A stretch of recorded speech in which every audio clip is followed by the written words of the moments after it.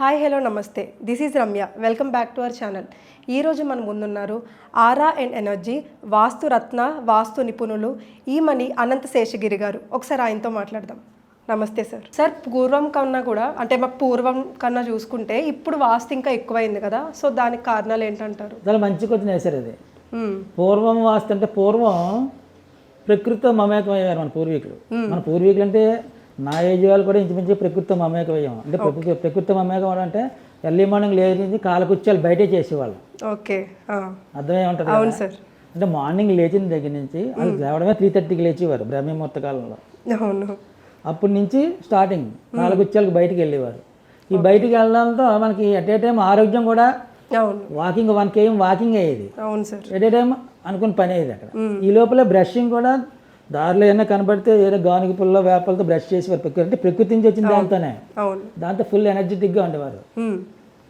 ఇంట్లో ఉండే హౌస్లు కూడా ప్రకృతి ఇచ్చింది అంటే కర్ర ఆకు మట్టితోనే హౌసెస్ కట్టేవాళ్ళం. అప్పుడు అంతా ఫుల్ ఎనర్జీయే. ఇంట్లో ఆవులు ఉండేవి, కల్లాపు జల్లుకునేవారు. మొత్తం ఏం చూసినా ప్రకృతి ఇచ్చిందే. యాక్చువల్గా ప్రకృతి సేమ్ మానవుడు ఒకటే, దేవుడు సృష్టించిన వాడే.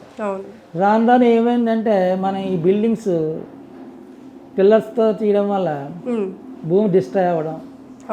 ఒక బిల్డింగ్తో సరిపోలేదు కదా. పూర్వం నుయ్యి ఎక్కడో ఉండేది, వాటర్కి చెరువు కట్టుకొని నుయ్యికి వెళ్ళేవారు. ప్రతి ఇంటికి కూడా బోర్వెల్ పాయింట్ వస్తుంది, అది భూమి డిస్ట్రాయ్ అవుతుంది. తర్వాత మీ సిటీలో ఇలా హైదరాబాద్ సిటీలో చూస్తే ఫ్లైఓవర్స్ గత సంవత్సరానికి ఎప్పటికీ ఎన్నో ఫ్లైఓవర్లు లేచిపోయాయి. మెట్రో టవర్స్ మొత్తం భూమి డిస్ట్రాయ్ అయిపోయి భూమిలో ఉన్న సహజశక్తులకు ఆటంకాలు కలిగి అవి మనకి ఎనర్జీస్ రూపంలో నెగిటివ్ ఎనర్జీ రూపంలో వచ్చి ఆ ఇంట్లో ఉన్న వాళ్ళ మీద అనారోగ్యాల మీద చూపించడంతో వాస్తు ఎక్కువైందనమాట.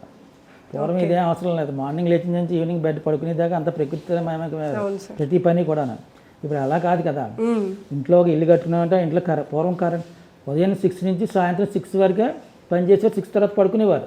అవును, అవును సార్. ఎప్పుడైతే కరెంట్ ఇంట్లోకి వచ్చిందో అది నెగిటివ్ ఎనర్జీ. మనం కరెంట్ అనుకున్నా చాలా నెగిటివ్ అది. పోనీ కరెంట్ ఒకటి వచ్చింది, ఆ కరెంట్తో పాటు ఫ్యాన్లు వచ్చాయి, ఫ్యాన్తో ఏసీలు వచ్చాయి.